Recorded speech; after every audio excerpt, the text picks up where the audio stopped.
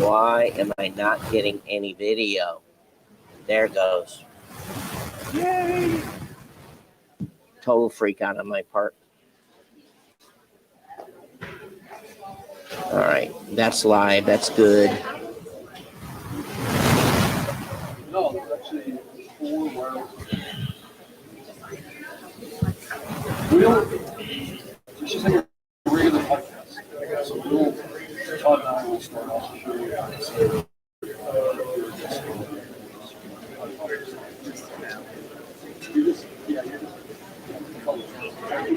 We're not driving.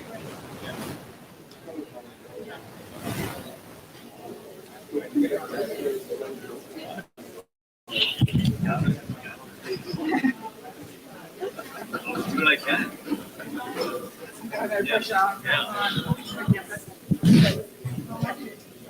It's actually a really good. I know you haven't been on the show with Rob.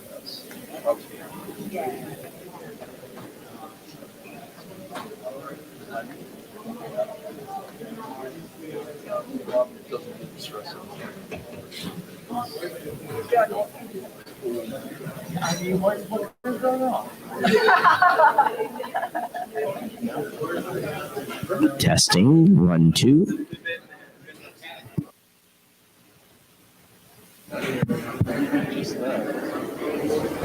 All right, it's up. We'll see how it turns out.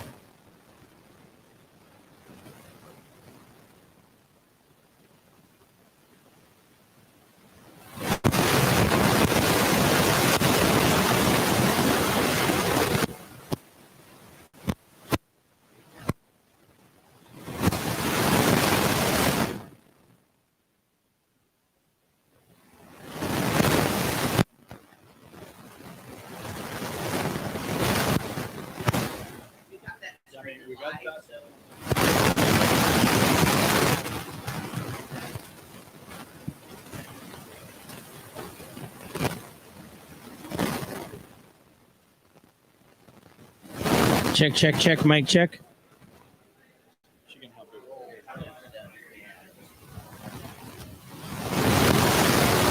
Check, check.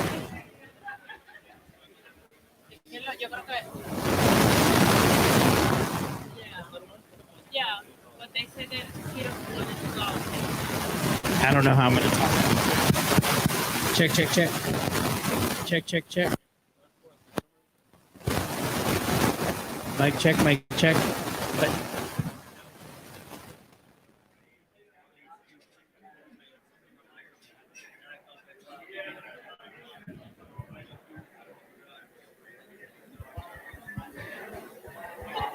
Maybe we can do it from the GS. If you want to leave that mic here. Or...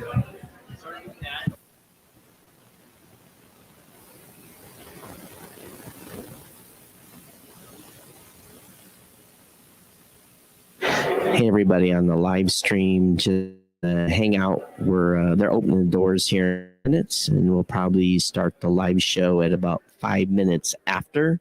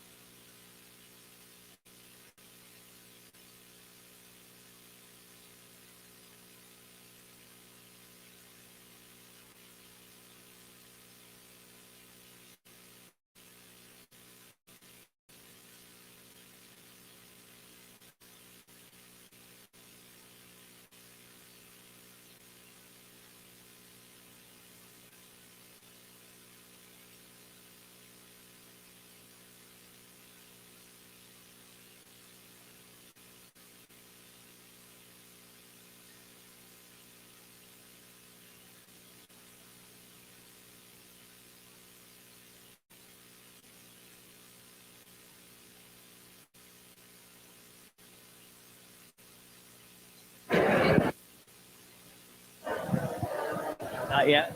Probably not yet.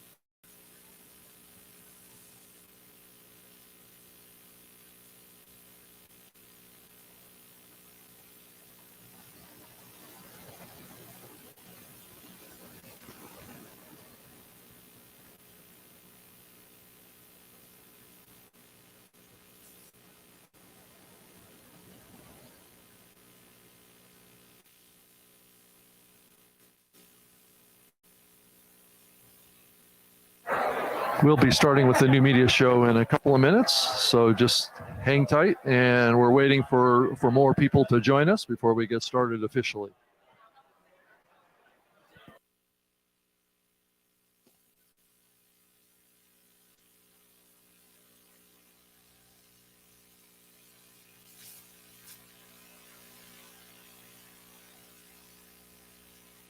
Test, test, test. Test, test, test, test, test, test, test. Testing 1 2 1 2 1 2 1 2. 1 2. Can you guys hear us out there okay? Yeah? All right. So let's Rob, we might as well get going. Okay. We are live streaming. There's a lot All of right, people everybody. starting to People come are in. continuing to wander in. Yeah. If you're out with the vendors, come on in. New media show is about to begin. Come on in, sit down, be entertained. Yeah. So, thank you for joining us. Right. Yeah. Yeah. All right. Hey everyone, welcome to the New Media Show. My name is Todd Cochran, and we are here at a very, very noisy Podfest, but we are lit and live. And for those of you watching on the live stream, we hope the audio sounds good. We are available to be Boost during the show. For those of you that know what that means, Boost Live. If you don't know what Boost is, come to the Podcasting 2.0 session tomorrow. But anyway, Rob, you want to introduce our guest? Yeah, I just want to say it's exciting to be at Podfest 2023. So we're back in full steam, and and it seems like that we're going to have a full conference this year. So we're excited to be back, and we're excited to be here. And thank you for joining us. And thank you for joining us on the live stream too. And this is also going to be put out as a audio and video podcast as well. So you'll be able to download it off of our RSS feed if you just go to the Apple or Spotify or any of the listening platforms. So yeah, I wanted to start off and just kind of let everybody know who's up here. And I think you can see it probably on the screen that you're looking at. But anyway, my name is Rob Greenlee, and I'm actually with a company called Podbean, and I'm a senior vice president of content and partnerships for Podbean, the podcast hosting platform that's been around since about 2006. And then right next to me is Deidre Shin, who's the CEO and founder of Cap Show. And so she's also a podcast host too. She does a show called Grow My Podcast Show. So she's into podcasting about podcasts as well. And then next to Deidre is Rob Sesternino, who's been around the podcasting space many times, won tons of awards. He's got a whole awards, shelf in his house just full of awards trophies for podcasting. And so he's actually CEO of a new company he started, or I don't know how new it is, but Tribe Speaking Media. And that's just my company that really Rob has a podcast, RJP. That's our network. Got it. And so Rob's been hosting a podcast called Rob Has a Podcast. So talk about simple communication about your podcast. But I just do it for the SEO, where everybody looking for Rob Greenlee's podcast. Well, people looking for this show. Yeah, he comes up top in the search results. I come up second. So he also does another network called Post Show Recaps. So it's all mostly a reality TV show based stuff. Yeah, Post Show Recaps does scripted TV recaps, and we've been recapping TV shows across those two networks since 2010. Yeah. And then my co-host down here. So I'm Todd Cochran. I'm the co-founder of Blueberry Podcasting. And Rob and I have been doing this show now about 10 years. We've been doing this show live the entire time we've been doing the show. I think we're at 530, 40, something like that episodes. But we definitely encourage you to get over to newmediashow.com, follow or subscribe to the show while you're over there. And again, we are streaming this live. This is unusual for us to be in a place where there's this much background noise. So can everyone hear us okay? Are you guys good? All right. So speak up. Just want to make sure that you can hear us. And if you're outside the curtain, come on down, come on in. But that's right. I think what we want to do to begin with is we've got unusual for us, Rob and I, when we do this solo, we never have an agenda, but we do have an agenda today. So we're going to talk about some things that are top of mind of podcasters right now. And we're going to start off really by the hot ticket item that is really all over the world at this point, is talk about Chat GPT and AI and what AI means for the podcasting space. So I guess we'll kick it off to Rob. What do you have to think? We got two Robs here, so we're gonna have to. I know exactly which Rob are you talking about. Yeah.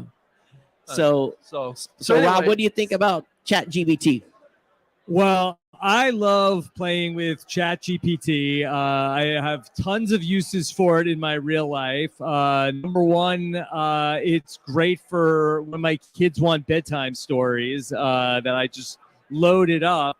And as long as I don't have to worry that is ChatGPT going to replace me, the podcaster?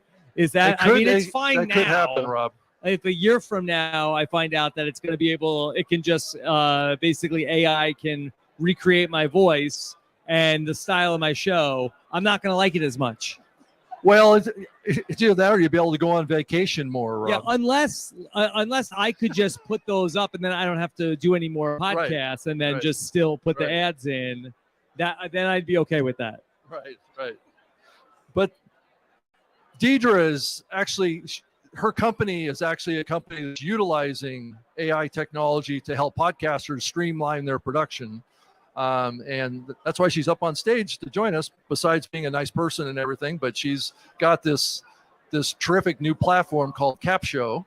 And so why don't you tell us a little bit about CapShow to kind of set the stage, and then we can really dig into, AI. Oh. I don't think. Okay, I have to turn that off. Okay. So, can you? Okay.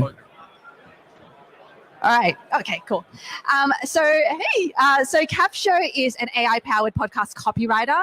Essentially, our users upload their audio files, and in under 10 minutes, we say 10 minutes too, so we can over-deliver, but it's more like 5-6 minutes. It creates a title, description, show notes, social media captions, email, blog post, LinkedIn article, YouTube description, full transcript, quotes, the full hog. That's what CapShow does. It is the fastest way to market and grow your podcast from a content perspective. I'm one of those folks that I'm just a little bit of a doubting Thomas when it comes to AI. And the reason for it is we've been doing some tests internally. And, we've asked an AI, give me 10 interview questions for a name. And when we threw about 10 names into the system, it gave us about 5 of those same questions again and again and again and again and again. And it gave us 5 uniques. So I'm worried about AI making podcasting, for those that use it, more of a, it's like we want to have unique shows, right? We want to have unique conversations. We want to have unique interviews. But if we're using AI to do pre-production and it's giving us the same 5 to 10 questions to ask a host, we're not going to be any better than a show that uses that format where they ask the same 5 questions again and again. So I think we're going to have to be careful in how we use AI and throughout the process to keep our shows unique. I think it's going to help people, but again, I've got concerns. I think this is your area of expertise. Yeah, I actually do have. Your curse. Am I on? Okay. I actually do have thoughts about that because I 100% agree. We actually designed so the whole. Oh, how do I start? We had a big chat about this, but I fundamentally believe that creators should be the ones creating. Like humans need to be the ones creating for as long as possible. I know that the flood feels like it's coming, and it's like, how long can we hold this thing off? But AI is coming, and it's and as much as possible that we. Sounds terrifying. It does, yeah. But it is, and we kind of have to keep up with it. If otherwise, we are going to become made redundant. And so the whole reason we developed CapShow the way it is and where it plugs into the podcasting process is because we fundamentally agree that the person has to be the expert. The content has to originate from the human, and all our tool does, for example, is amplify it. That's it. It's still anchored in the content that is being created. See, I think as a creator, I feel like that's super exciting because I feel like that if we could be using AI to help with a lot of the pain points in post-production, because I feel like as creators, I feel like that the pre-production and the production are the parts that we like. Post-production is the part that is very challenging. Yeah, it's we hear about black hat marketing a lot. Well, I don't know. In the marketing space, you hear about black hat marketing where, a lot of, there's it's dodgy things that they're doing, right? I think what's coming is almost like black hat businessing, if that's a word, where, people are leveraging AI to essentially build businesses. And I don't agree with that at the stage. There was a Business Insider article and someone was talking about his experience, kind of he wrote a children's book. I think Larry did this as well. He spoke about that this morning, but this was another person who wrote a children's book, launched on Amazon, and he got hell for it. Can I say that? He got absolutely shocked because that's the thing. It is actually, when you use AI to create, you are essentially borrowing other people's IP. And so that in a way becomes like the black hat businessing. It's not really you originating the content. There's a little bit of creativity around what prompts you use and things like that, but it's not really in the spirit, I think, of what it is as humanity we should be striving for. I did an with my tech show, I wrote 2 articles one using Jasper.ai, another one using another AI service called Contents.com, which I really love a lot. It's not well known. They're overseas. And the Jasper AI article, I said, give me a wrap up for CES 2023, which was the event I was just at. And it wrote it. I spent about 15 minutes editing, taking out stuff I got wrong. And then I asked Contents.com, write an article on a brand new product that Blueberry had released that morning, 6 hours later. I said, write an article on this to see if it really could do something that was brand new. And I was shocked. Contents.com did a really good job. I had to edit both of them for about 15 minutes, but I posted them on my blog. I told my audience which one was written by an AI. And I didn't tell them that both were. And about 50% of the audience said the CES article, 50% were the Quick Links article. And some of them said, well, that Quick Links, that definitely was you. It's your style of writing, blah, blah, blah. But I probably replaced 8 sentences in each article with 500 words each. And I was actually pretty impressed, but it wrote it in a format that you could almost tell: question, answer, question, answer, question, answer. So if I'm looking at people's content, I'm almost going to be able to smell out AI written articles myself, just the way those 2 packages put together the content. So it was kind of cool, 2 articles in 30 minutes. Another question is whether or not Google's going to be able to detect duplications out there too. So I kind of wonder though, a podcaster, I don't know if you can hear me or not, but podcasters inputting their information. He's on mic 2. Podcasters putting their information into an AI engine, like off of their RSS feed or off of their transcript, whatever. It's going to generate probably content that's probably more aligned and less, plagiarized might be a better way of saying it. So I think, if the podcaster is looking to write articles about a topic that isn't directly sourced out of their podcast, I think there's some risk. But if you're sourcing it off of your material, your source material, and you're just using that technology to go through that information and format an article, I'm hopeful, but I think it's still really early for this stuff. So anyway, Todd. Go. Yeah. I was going to add one thing that could happen too is, let's say we talk about 20 topics in our podcast today, and the thing that you put as the headline is popular today. But let's say 2 months from now, something pops off that you did in your podcast 8 weeks ago. Maybe you want that AI to rewrite that article from that previous to emphasize something is happening today. So I could see where there could be some advantages in getting suggestions from a system that says, hey, you need to update episode 82 because whatever's happening in the world today relates to what's in the content, but it's not a headline. Yeah. So, yes, thanks. So yeah, I 100% agree, and that's actually core to. So in Cap Show, we have this strategy that we call content dripping strategy, and it's really how do you more smartly extrapolate your podcast content so that you stay relevant, and importantly, that you actually have your audience follow you and hang out with you for, they call it the 7-hour rule or whatever, but for a good amount of time, so they come to know, like, and trust you. And AI actually makes this really, really easy to do, but it's still anchored in your expertise or your podcast content. Yeah. So I hope you guys I think you can hear me okay, because I can hear myself okay. But if you can't hear someone, just raise your hand when they're speaking, and we'll make sure the audio gets up. Yeah. So go ahead, Rob. So I think that there's another element of this too, which is podcast artwork as well. And I know that some people have been playing around with this technology of being able to auto-generate like their cover art or creating unique images for their podcasts. And I think it's another piece of this that it does raise some concerns around IP and who owns where that image is actually being sourced from. Because we all know that AI isn't necessarily creating unique content. It's creating different derivative content is my understanding of the technology.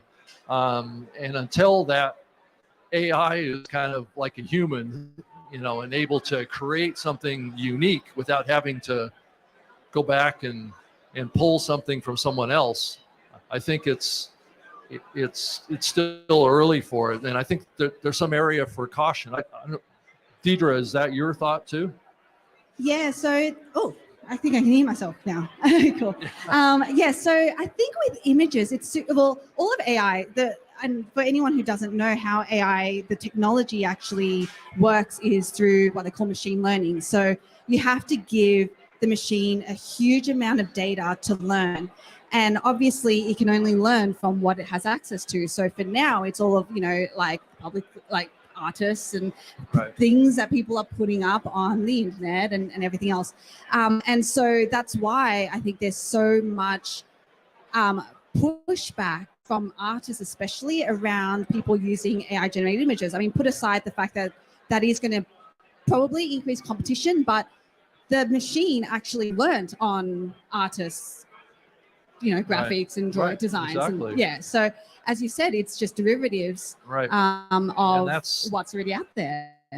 There's some legal exposure with doing anything 100%. that's a derivative. It can be modified to some degree, but if it can be identified as something that came from another piece of artwork, it's risky, I would think. Yeah, and it's going to be super interesting. We're already talking about AI. There was a belief that AI was going to take out this whole industry of, call it like the people who do more admin tasks and things like that. Actually, it's now what we're seeing is that it's actually a huge risk to creators, to people who are actually creating their own content, artists, things like that, because of the way that the machine learns. And it's actually the people on the lower levels, let's say, who actually they now have access to these tools that they never could before, and they will actually reap the benefits, which is super interesting. It's a really interesting, like a byproduct of what we didn't see coming. So. Could I get an AI lawyer to also be patched in to then know the legality? There's the answer of right there. The image? Yeah. Yeah, the AI lawyer. As a creator, though, the thing I worry about is I create original content. So I'm not worried about the podcast content creation. I'm worried about the extra stuff that we're going to do, social, the blog post, because plagiarism, we could get in trouble really, really quick. There's been, look what happened with CNET.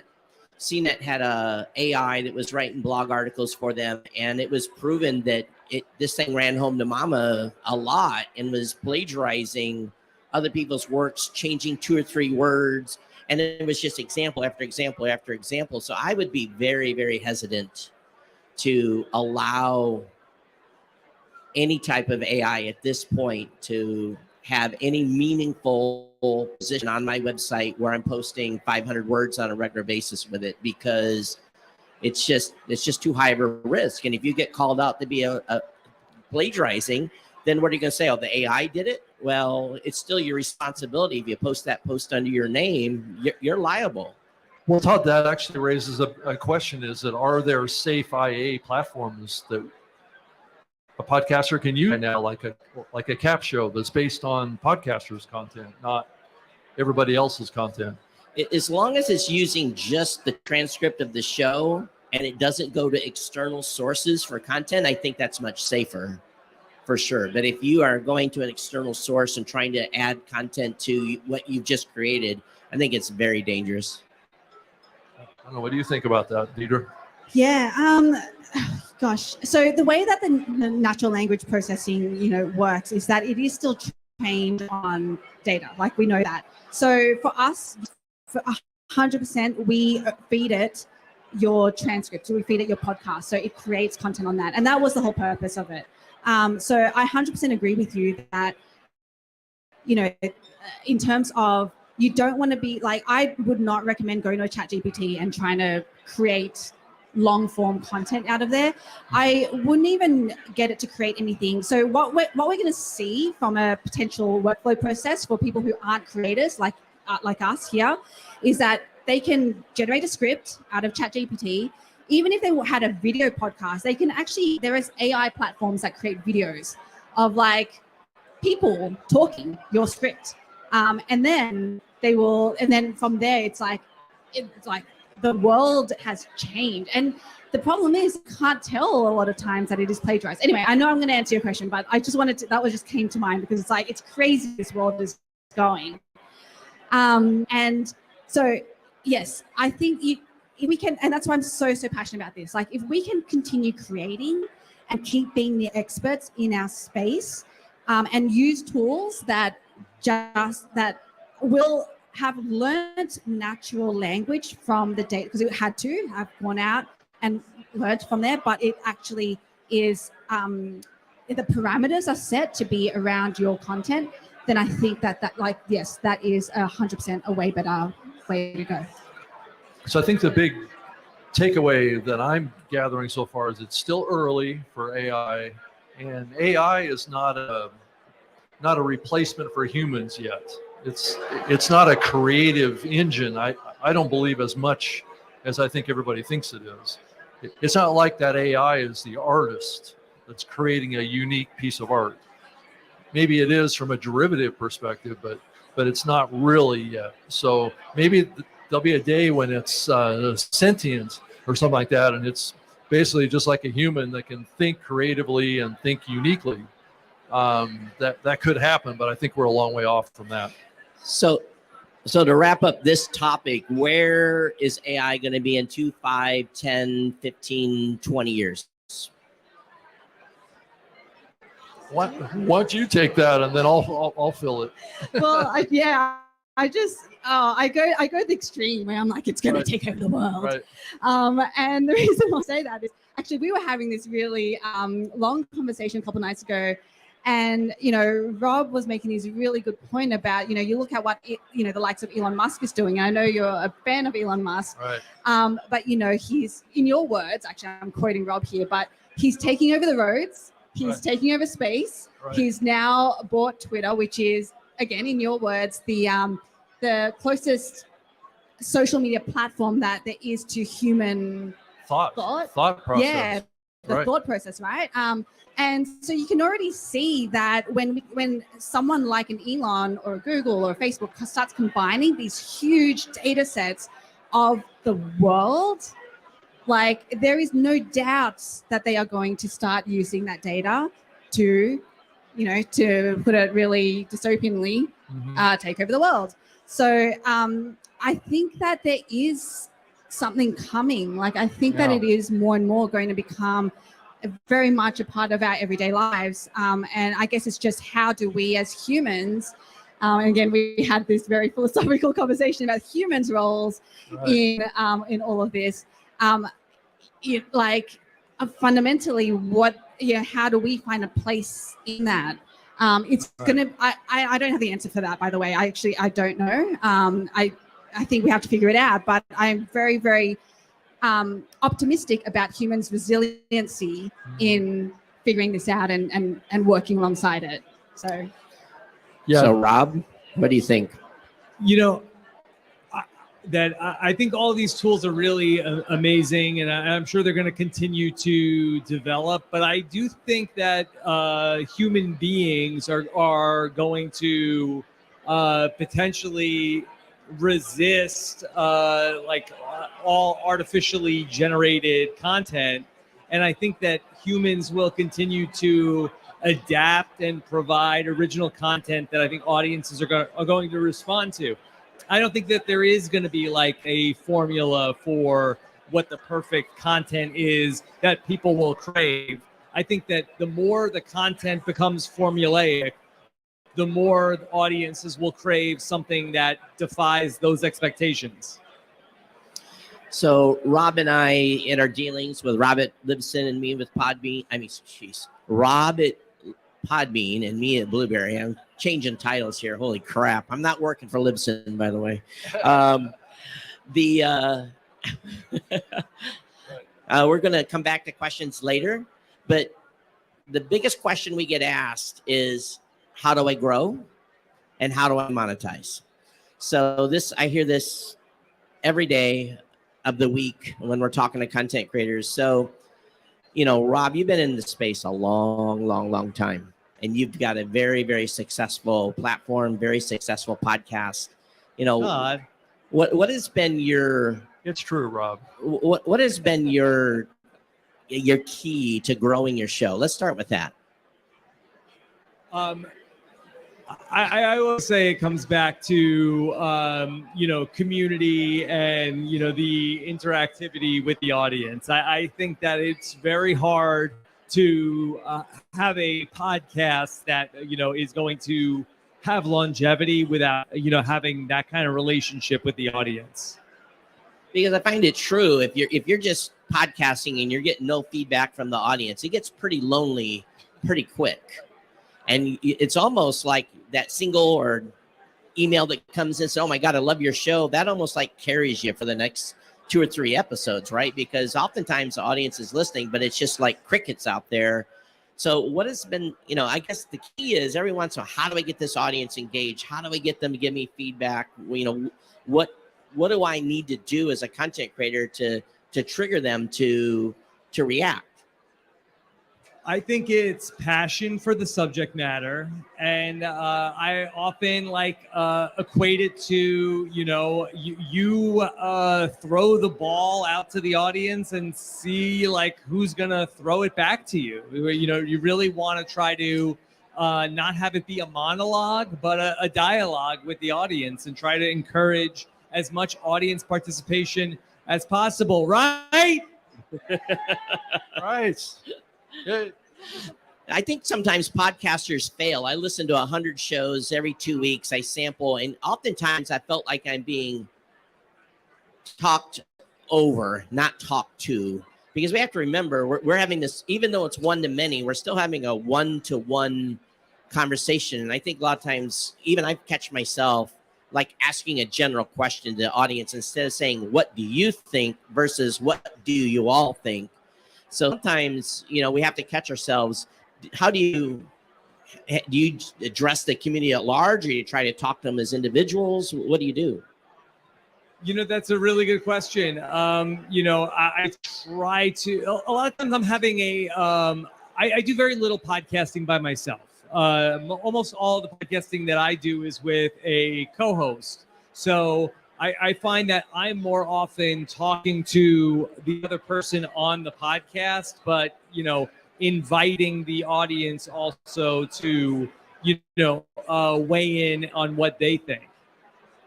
So let's pass the mic down, see what is your success to community engagement? Yeah. So I'll answer the first question first, which was around how I talk to my podcast audience. And it was I actually just recorded an episode where I actually spoke about ChatGPT. And the reason why I did that was because I went through this emotional roller coaster, if I'm going to be honest, of, being in AI, being in copywriting, and it's like, oh my gosh, this thing has just blown up. It's taken over. It's literally broken the internet. And I've gotten people getting in touch with me to be like, oh, what does this mean for capture? Are you guys going to die? What, that was the feel. And before I was like, when ChatGPT, I was like, this is really cool. And then when I started getting those texts and messages, I'm like, oh my God, are we gonna die? Oh my gosh, what is gonna happen?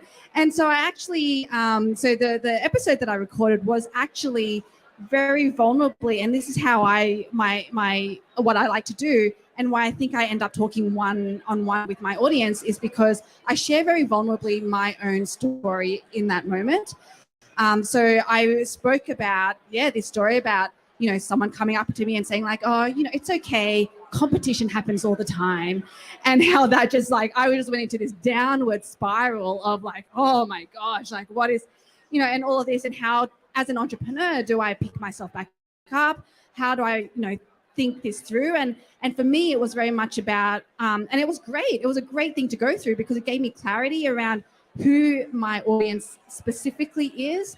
and what my stance on ChatGPT and AI stuff. And so I was able to share in that way. So to answer your question about how do I engage, like I personally prefer one-on-one conversations anyway. I'm a bit of an introvert, so that's how I speak to my audience. And just to add to that, like I resisted any kind of community building. Like didn't have a Facebook group, didn't have anything because I just didn't want to, put myself in that position where I have to maintain and this thing.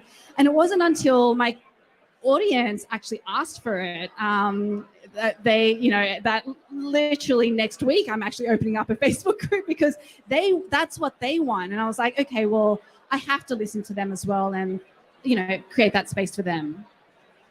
Yeah, also, I'm a big believer in community too, and I've known Rob, the other Rob, for a long time, and I've seen a lot of what he's done, and I've also done a show to build community myself, and so I think just being accessible to your audience goes a long way, but it also gets back to how you communicate to them about wanting them to be included, right? So it's not about just you, it's about everyone out there. And one of the magic things that I've seen in doing this, a lot of people don't think about or have experienced, is that once you build a community, I'm sure Rob can talk about this, is that the community that you build around your podcast starts to build friendships with other members of that same community. And sometimes they come and watch your show, or they'll participate in your show so they can see their friends. And that's when you know that you've reached a level of community that is powerful, because it builds loyalty, because those community members see you as a conduit for access to their social network of sorts, their connections, things that they enjoy talking about. And that's why Rob is also, he's built such a community that he's put on conventions and conferences that he invites his community to. And I don't know, Rob, why don't you talk about that part of it, because it's really powerful. Yeah, just to sort of like unite the couple of things that we're talking about. The AI is a great tool that I think that we could be using as podcasters to, help with get the word out about what we're doing. I think it's could be a good tool for helping with discovery, where it can take what you're recording and turning it into something that can be more easily found by people who are looking for you. But that connection that Rob is talking about, that thing that people I think are really seeking, especially in these times when, it's hard. We come to conferences like this, looking to, connect and find people that we can share, this passion of ours. I think that's a great thing about podcasting that people are able to find that comes out of it, that ability to sort of just, find your people through the content. I want to move on and talk about cross promotion, guesting, live. I want to kind of group it together. Early on in podcasting, one thing I found huge success on was just sending, talking about a show that I loved that, on my podcast, and then letting that podcaster know, hey, I did a shout out for you because I loved your show. And sometimes they would give me a shout back, and that would be a great cross promotion tool, and we pick up a few. But I really found that getting on other shows, if you could get on another show like yours, will do nothing but help you drag some audience to your show from that show. And they're not going to leave, but it's a great way. And I think you've been on a lot of shows over the years, different shows. So recently, Adam Curry from No Agenda, matter of fact, just yesterday, he was on Joe Rogan's show. And they do the No Agenda show, and I'm sure his show is going to get a massive bump from people come over from Rogan. Now, we all can't get on Rogan, but we'd like to, right? Everybody'd like to be on Rogan at least once. So what have you found when you've been guesting with someone else's show? How's that affected have you brought people over for your audience? Yeah, I mean, it's great when it's a show that has like a similar audience or like a big enough audience that there are going to be people who may be interested in what you're doing, even if that person is not talking about the same exact thing. It just can be really hard to know that ahead of time. Like there's some things that are like, it's an obvious yes to do it, but it also, if it's not the right people or the right audience, it could also end up being something that's kind of a time suck. Yeah, I would totally echo that sentiment. Sometimes I think we get on this like hamster wheel of we've got to get on all these shows because that's what everyone tells me us to do. But I think we can afford to be a little bit more discerning about the types of shows that we. Not to say that like at the beginning, maybe it is a case of hey, we just need to get reps, right? We just need to practice getting on these shows, getting interviewed. But I would kind of extend on that as well. And you know, the whole thing about we talk about guesting like it's a one-way thing, like it's I need to get I need to produce I need to promote my show, so I'm going to guest. But I found that the best way to really come into those relationships is it's like you just give, like you want to give. So, you know, I always, if I'm going to go on a show, I'm going to be like, I am going to 100% promote you. So I actually don't do a lot of shows because of the fact that I need to like work into my promotion calendar and I need to make sure that, you know, everything's lined up and my team knows about it and things like that, because I want to be very intentional with respecting not only my time, but, you know, other people's time as well. So I think that's a thing that sometimes gets missed. It's like a great opportunity, but it's really great if you can reciprocate in that way. And when you do, then you'll just you'll be asked to be on more and more shows and people want to promote you. So I think that's kind of the gap that I would. Right. So Rob, I wanted to ask you, how important do you think live is right now? Live, like what we're doing right now? Like being in front of people or streaming live? Just doing, streaming live. Yeah. Being in the real world with real people, real time. Yeah. Well, first off, nothing is more important than being here live with you. Yes, agreed. Okay. But in all seriousness, I have found that in the last couple of years, I really felt like that since after COVID, I felt like that, being live, I feel like that there was just a bigger audience for people. And I don't know if it's because that more people got used to watching things streamed on Twitch, but I find that there is like a bigger audience for being live for the podcast. Like when I am doing a show that's live, I might get, 10 times the responses from the live audience than I get from the people that listen to the podcast the next day. Responses you get. Yeah, the responses. So when they're responding when you're live, but they don't respond when they listen when it's not live. Yeah. That hits a point. I'm kind of unique that Rob and I have been streaming this show over 10 years. I've been doing live probably total for 12. And the reason I did live, I was lonely. I was recording the show at 8 o'clock Hawaiian Standard Time, and I was solo show bored out of my gourd doing my show talking to a wall. So bringing people on, and it was usually Australians or people from New Zealand that was still awake. But now that I live on the Eastern Standard Time, it's fun because you get that engagement live, and it just makes the show go a little bit.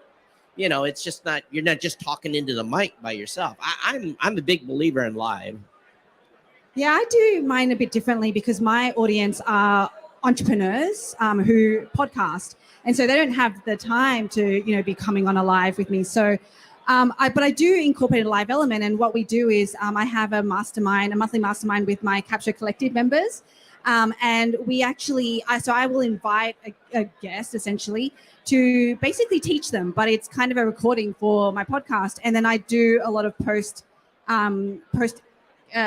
recording like narrations, and so I actually like produce my podcast episodes quite a bit. So I do incorporate a live element because I think even for the guests that make like, there's Q&A afterwards, there's, people in the chat, but I make it kind of like a small subset of people who are interested in that topic, who want to be there, and who will show up, because I think that's the other thing about being live. Sometimes it's like, I don't know, is anyone going to show up? Like, and so I think, so I just do it a little bit differently.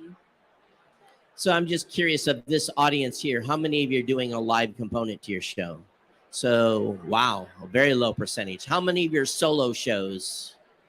Oh, a few. So most everyone else has a co-host. How many are here to start a podcast? Okay, great. So you're in the right place. If you subscribe to this podcast, you're going to get a PhD in podcasting if you listen long enough. So make sure you do. Yeah. Todd will send you a certificate too. That's right. So it's an interesting time in podcasting.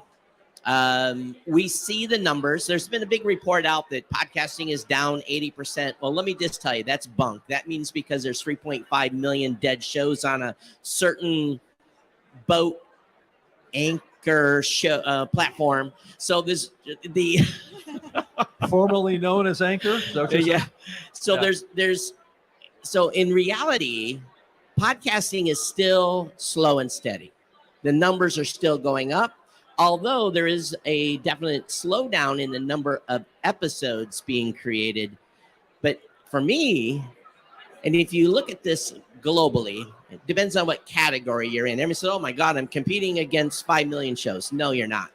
You're competing against 400,000 active shows. Divide that by the number of podcast categories, and you might be competing against 10,000 shows, let's say. And then if you're producing every week, you're probably actually competing against 2,500. Compared that to YouTube, it's nothing. So it's a great time as an indie podcaster to move up. This is a time to pour on the coals. So big podcasting is pulling back.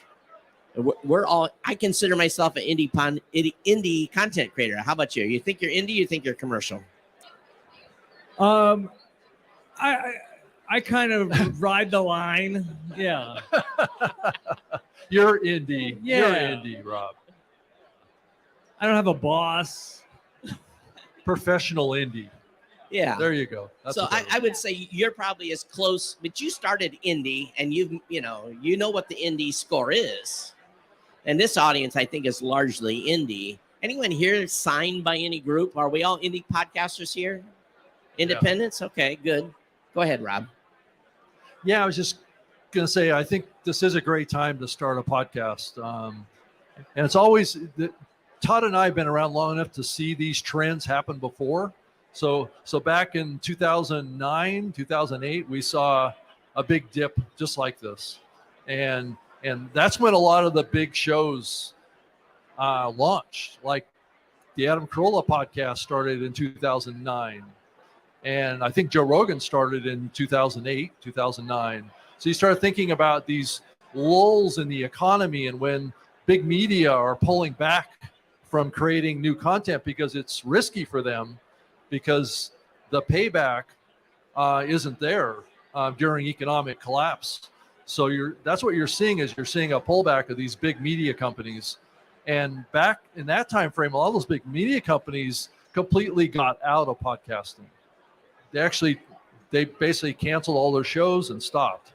So I don't think we're going to see that happen this time, but I do think that this is a great opportunity for a creative energy to come into the podcasting space, create a show, and start doing all of these community building activities, live streaming, getting involved in reaching people in a more personal way. And because people need that now. And I think there's just an opportunity. I don't know what you guys think is now the right time.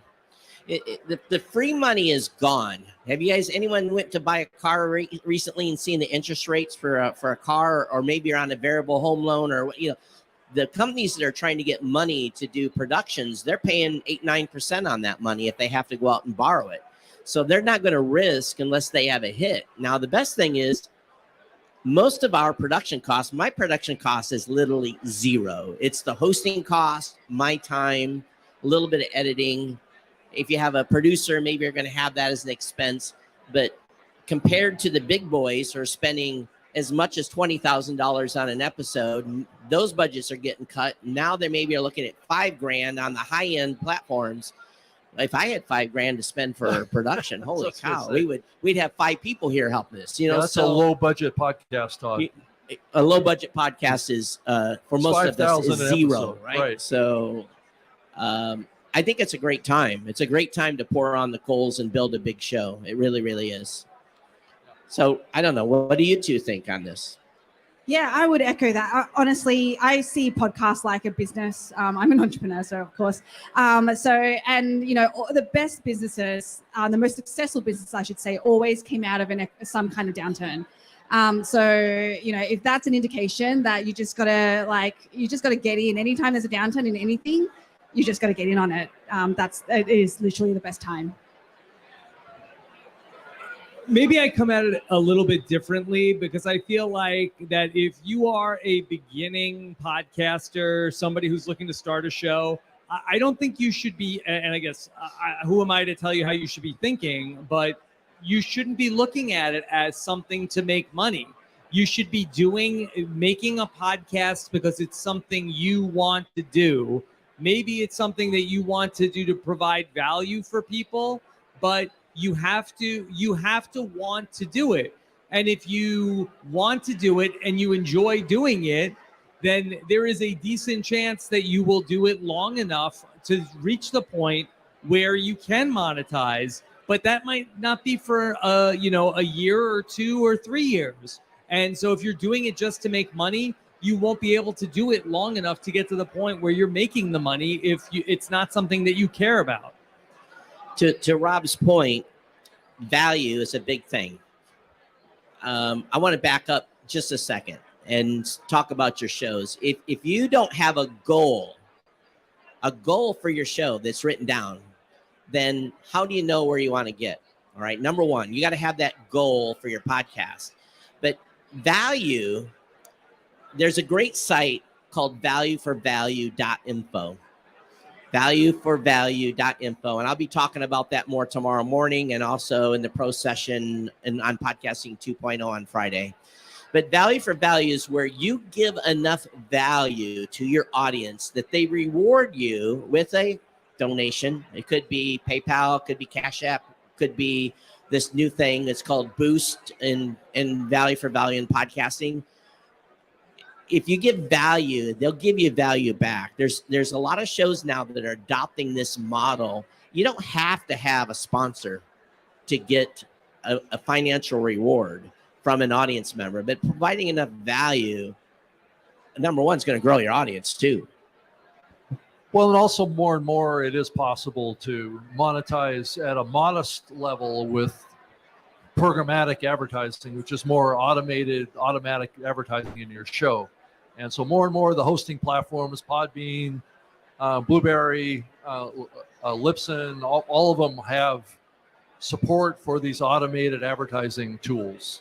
So, but I do think that you have to respect those tools because they can be abused, they can be used incorrectly, and they could potentially damage your audience growth if they're done incorrectly. So there is an opportunity there. So let's say you have a show that has maybe 1,000 downloads or something like that. There's no reason why you can't make $10, $20 a month or something like that on that podcast, right? So at least you're starting to get into that rhythm. And then once you start building on that, maybe you direct sell a host read to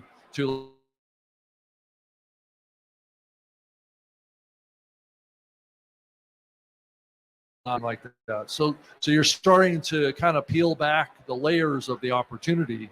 But I agree with Rob Cesternino, and he didn't tell you how many years he was podcasting before he started making any money.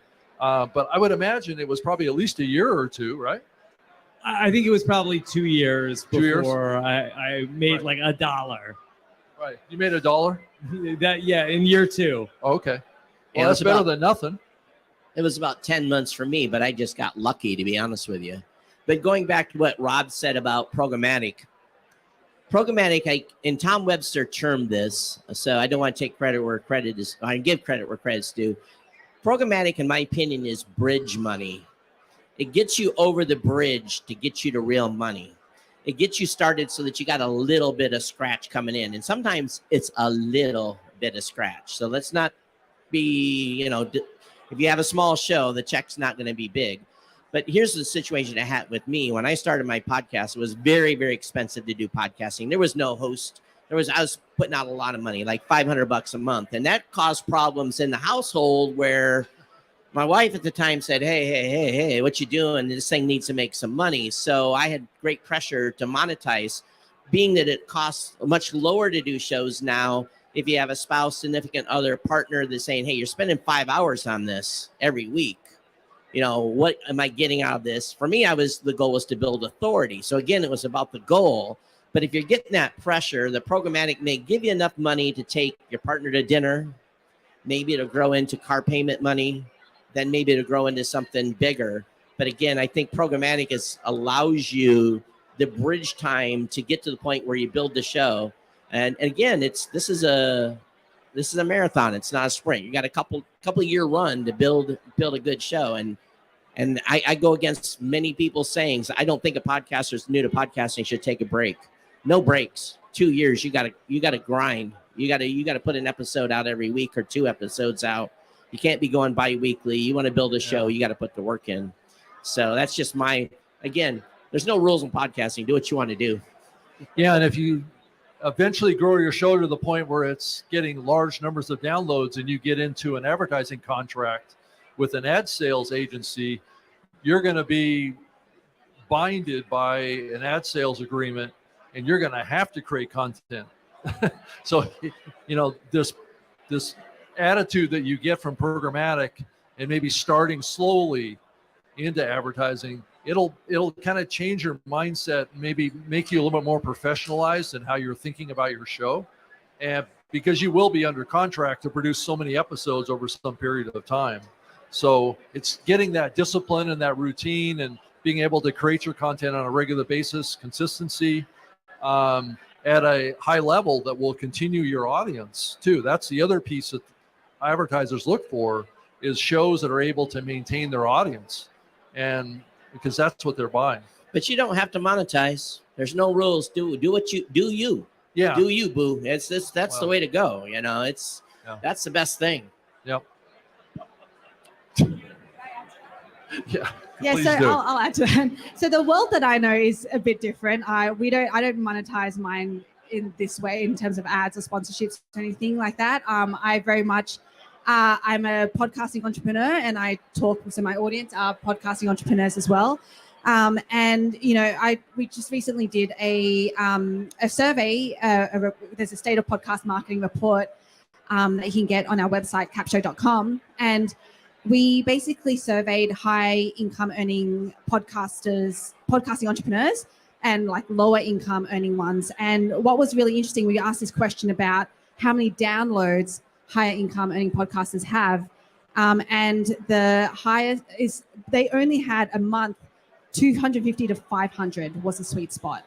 So not very many downloads. But the thing is, why they was able to monetize it so effectively was because they had a niche, they had a specific person that they were talking to, and they had a back-end offer off the back of their podcast that they could monetize. So it wasn't about a very different audience and very different to what Rob does for his podcast. But, that's the quickest and most effective way that we've seen monetization happen, which is have your own offer that your podcast is almost just a content generation machine for. And that's how we found monetizing a podcast effectively.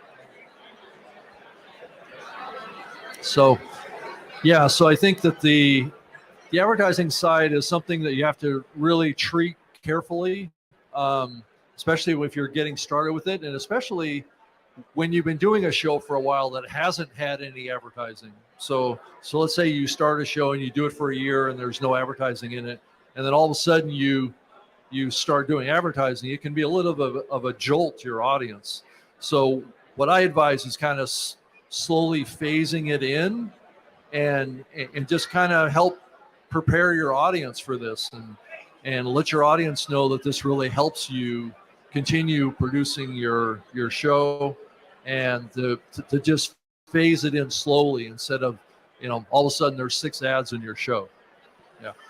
So, do we want to move on to the next topic? I'm looking Sure. at time here. I think we got about 10 to 15 more minutes left, but I want to leave time for people to ask questions if they have questions. Right. All right. So this is more of a poll of the panel here: video versus audio or video, and audio or just video versus live.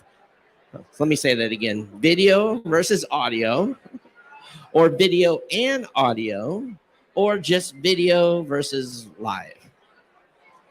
So I found that in the last couple of years, when we started the podcast, it used to all be just audio, no video, no live. I feel like that at this point in time, at least for what I do, which is, mostly recaps of TV shows, YouTube has become such a big driver of traffic for us, where I feel like we get the majority of our comments on the podcast. I feel like it's, for us, at least video and potentially live. Okay, so I think I'll answer from my perspective of what I do, but it is always test and learn, because everyone's audience and what we talk about is very different, and our topic areas. So for me, again, I talk to entrepreneurs. What I found is, so my audio, the podcast itself is audio, and it's around about, say, 30 minutes an episode. And I used to put those, have a video element. I used to put that onto YouTube, but it was just like no views, no engagement, nothing. And so I changed things up a bit. I was a little bit more intentional to be like, okay, what do people actually go to YouTube for, at least for my type of content? And a lot of times it's for hacky, like how-tos, short, like sharp, 5 minutes. They just want to see the screen, and they want to. So I actually repurpose my content in the sense of that I will pull out one of the tips that I shared about on my episode, and I'll actually do a deep dive on that from a video perspective, and that's what I share on YouTube. And since then, we've seen a lot more subscribers, engagement, views on my YouTube channel. Yeah, I think it's a fascinating question right now, the whole debate between just being audio. Some podcasters, especially on YouTube, they're just doing video, right? But they're thought of being a podcaster, right? So I think there's this a little bit of confusion in the audience right now around what a podcast is. It's not really so much confusion as much as it's perception. If a video show on YouTube looks like a podcast, people think it's a podcast. So they may not have an RSS feed. They may not put it out as a downloadable version of that show. But it looks like, it sounds like, but it's all video, right? And there's very successful shows that look like podcasts that are just on YouTube. And I try and contact some of these folks and try and say, well, why don't you just take the audio from your video and put it out as a podcast? And some of them do it, but what I find is that they don't build much audience on the audio side. So you have this, it's almost like you have to decide what you want to be with your show. Are you audio only? Are you video only? Are you audio and video? And if you're audio and video, how do you navigate that to be relevant on the video side and relevant on the audio side? And I think it's a difficult challenge. And then to complicate it even more, is it live or is it on demand? So I don't know what you think about. So, well, one of the things that I think the benefit of being on video in modern times is that I think it's very hard to promote an audio podcast. Like if you have a moment that happens from the audio podcast, it used to be a couple of years ago, you could put out like a thing with like a waveform. But if you want to use any of those clips on social media, you need the video. Even if people aren't going and watching the full video on a YouTube, it's great to have the video of the clip. to be able to drive people to subscribe to the podcast to hear this or for this type of content. You know, this show's been on YouTube for 10 plus years and we get hardly any traction. But but we don't really work hard at the channel. So, but my perspective has always been, I don't care where people listen or watch, as long as they find the content and they know where to go to get subscribed or followed to the show. So I use all of these methods as a vehicle to get them back to the podcast. Now, here's the thing that you have to really consider if you're going to add video to your show. You need to always, I'm going to say this out 1,000,000 times, remember that most of your audience is listening. So if you talk about something that you're showing on the screen, they have no clue what you're talking about. Yeah. So you have to also continue to do audio of the mind. You have to continue to describe stuff so those that are listening do not become disenfranchised by the live video. Because sometimes I'll throw a screenshot up when Rob and I are doing the show and we'll look at a chart. Now, if I say, look at that chart, Rob, and the audience live sees the chart, but the audience that's audio is going, what is he talking about? So I have to describe the chart or make sure that there's a link to the chart in the show notes so they can go load it and look at it. So don't ever forget your audio audience when you're doing live. And another thing too, live makes you a better podcaster. You get one shot.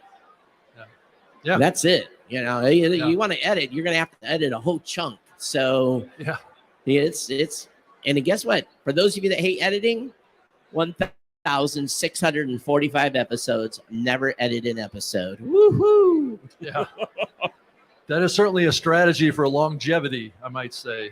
But there is an element of that that's interesting from the standpoint of authenticity, right?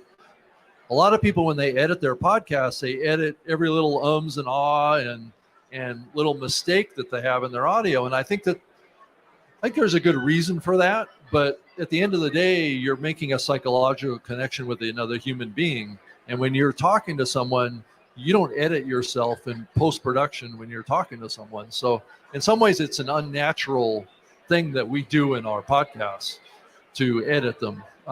Be careful, Rob. The editors here will start shooting arrows at you. I know. Yeah, exactly. And there are times and genres in podcasting where editing is everything, right? Especially like a reality story or a true crime podcast or some of those. Those are tightly edited programs that are complicated. But when you're talking about a conversational show, I think you have to be a little softer on the editing. Is really where I'm coming from. And I sometimes tell podcasters that, and they take offense because it's like somehow I'm kind of imposing my will on them when they want it to be perfect, right? And I'm not sure that that's necessary. I don't know what you guys think about that. Well, I think that just comes down to, again, your audience and your type of show that you're doing. So I 100% agree. If you have the whole purpose of a conversational show is the conversation. Right. So it makes no sense.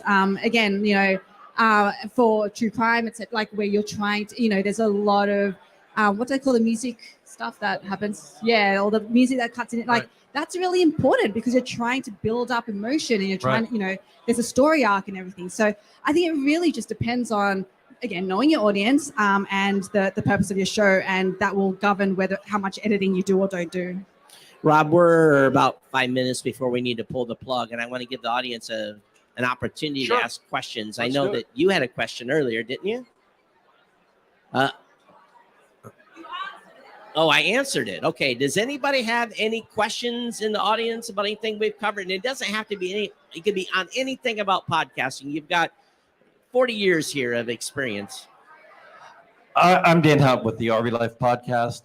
The question I have back to the video audio, aren't you kind of splitting your audience from an advertising point of view? And how do you handle that? Having had a sponsor since 2005 and transitioned them into video, my audience is split 70% audio, 30% video. I treat the sponsorship the same exact way as I do the audio programming. The call to action, everything's the same. The only difference on video, they get to see the screen where the promotion page is for the podcast or for the sponsor. And more sponsorship, depending on how you get sponsorships. But a lot of times now, I think a lot of businesses, if that's what the route that you're going down, understand that audiences live on different channels. So the way that we package sponsorships now is to say, hey, I have this many on my podcast, I have this many on my social media, I have this many on my YouTube, and that's what you want to be packaging up. But I also deliver my podcast as a podcast, the video. It's actually in an RSS feed. A lot of people don't do that. Some people just put it on YouTube.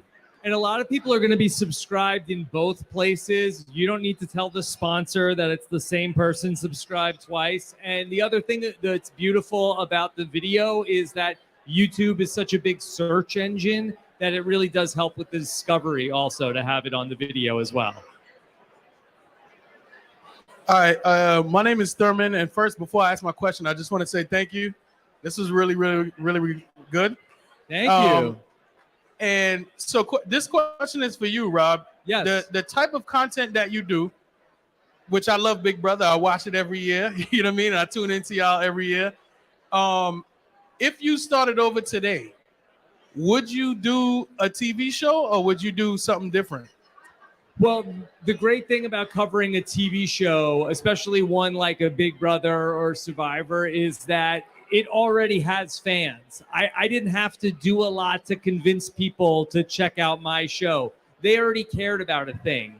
And so they cared about a thing, and I was a person who was there early talking about a thing when there wasn't a lot of other competition. So it doesn't have to be a TV show. It could be a sports team, a video game, whatever. But if you're talking about something that people already care about, I think it's a great way to be able to find an audience.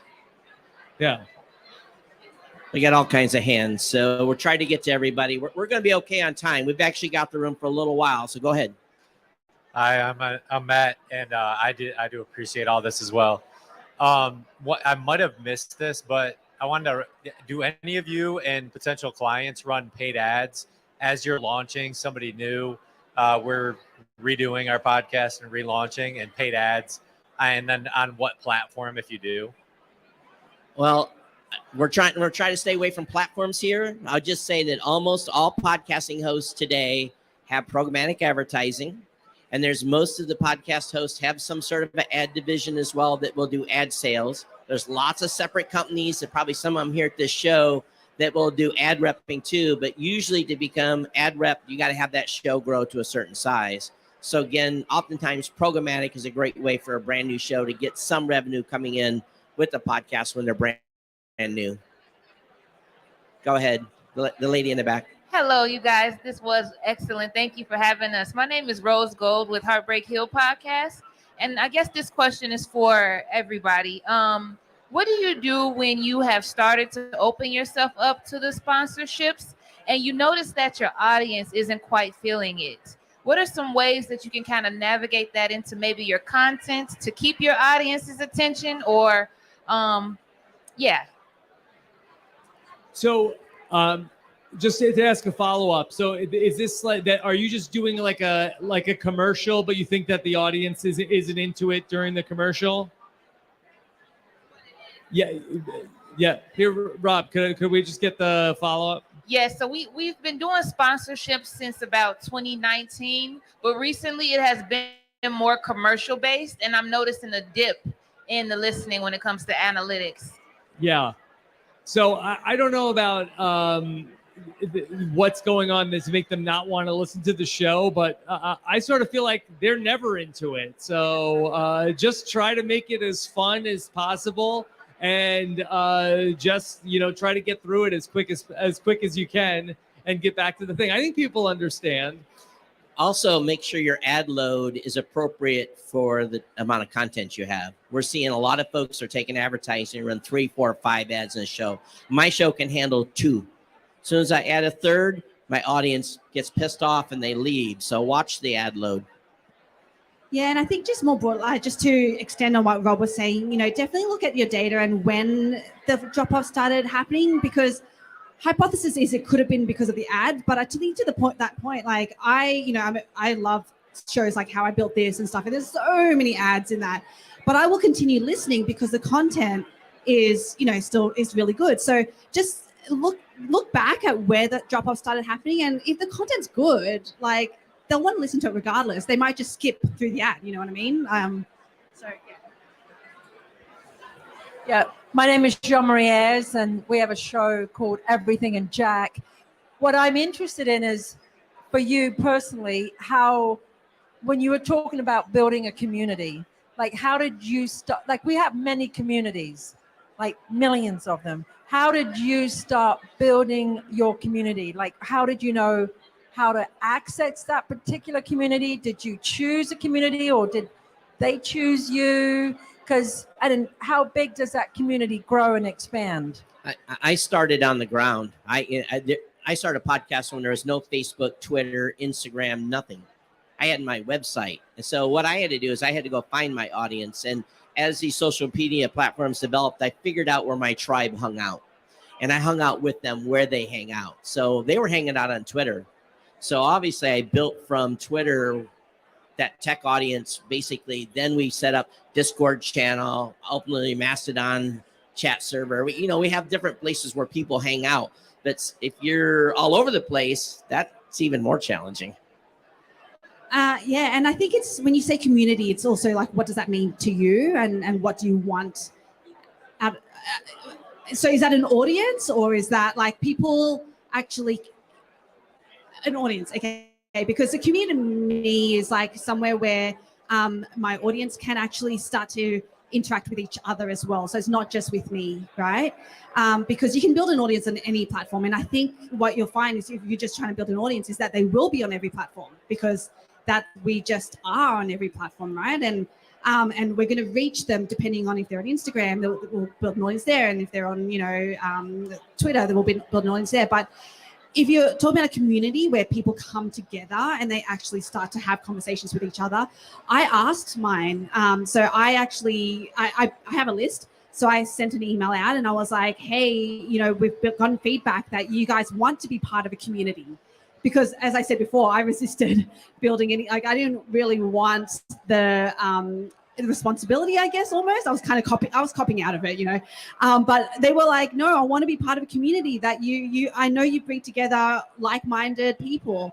And so I asked them and I was like, okay, well, these are the options. There's Facebook group, there's, Slack, there's Discord, these are the options where, what would you like to be on? And majority won. So I think that it's going to depend on your audience. Yeah. My name is Tammy, and I'm a big Cap Show fan. So I can tell you that the AI definitely it's all about what you've created. So it's helped me as somebody who's new at it. And as somebody who is so new at podcasts, I just want to clarify, is what you're saying programmatic? Is that the word? Okay. That's how new I am. I needed to have that clarified. Thank you. Do we have anybody else that has a question? Hey, this is Nate with the Disrupted Workforce. I have a question about my demographic. So on the platform, I can see first week, first month, time of day, compare 2 episodes, blah, blah, blah. But I can't find out who are the people listening to my podcast. And then I talk to people and they say it's an industry problem. We can't really get you to that data. And so I feel stupid because I'm like, I'm gonna just keep putting stuff out, but I don't really know who you guys are. So what do I do? If you do a Google search, Tom Webster provided a bank of like 300 demographic and survey questions that you can put together on SurveyMonkey or some other platform to be able to say, ask the basics. Are you married? Male, female? What's your education? What's your household income? You can ask all the questions you want in a survey. Then in your show, say, hey, we're going to run this survey for the next 2 weeks. I want to know who you are, and run that survey. Give them a link to go fill that out. Because you're right, the demographic data within podcasting is severely lacking. So I recommend every show run a demographic survey at least once a year. Don't do it for very long. Do it for a month, and then take that data, and then the following year you can check and see where your audience is at. Yeah, and also one other part of that answer to that question too is that the industry has been very conscious of privacy too.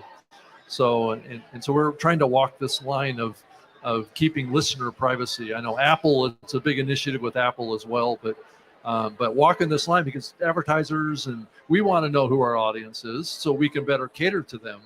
But it's also walking that line of, respecting the audience as well in their privacy. But does anybody else have a question or a comment? So I think what we'll do then is I want to thank Rob and Deidre for coming. Everyone give them a round of applause. Thank you so much. Thank you for having us. Thank you. Yeah. This was a pleasure. And as always, what a good podcaster does is we give that pitch. I'm Todd at blueberry.com. That's blueberry without the E's because we couldn't afford the E's. I'm at Geek News on Twitter. Go ahead, Rob. Sure. I'm Rob Sesternino. You can find all of my stuff at robhasawebsite.com or search for RHAP whenever you listen to podcasts. Yeah, it's all up here too. So. Yeah, I'm Deidre Shen. We have an AI-powered podcast copywriter called Capshow. That's capsho.com. We do have a booth at the back, so come say hi. And you can find me on all the socials at Deidre Shen. I made it easy because it's my full name, but it's the hardest full name to actually spell. Yeah, so I can be found on Twitter, on all the social platforms, just under Rob Greenlee. And I work for Podbean at podbean.com, so you can certainly go there. And I have my own website at robgreenlee.com as well. So, or you can send me an email if you want to, rob@podbean.com. And I would love to hear from you. And we want to make sure you get over to newmediashow.com. Follow or subscribe to the podcast. We want to thank you all for being with us today. We do a weekly show where we dig in deep every week. Thank you so much and have a great Podfest. Thank you so much for coming and enjoy the show.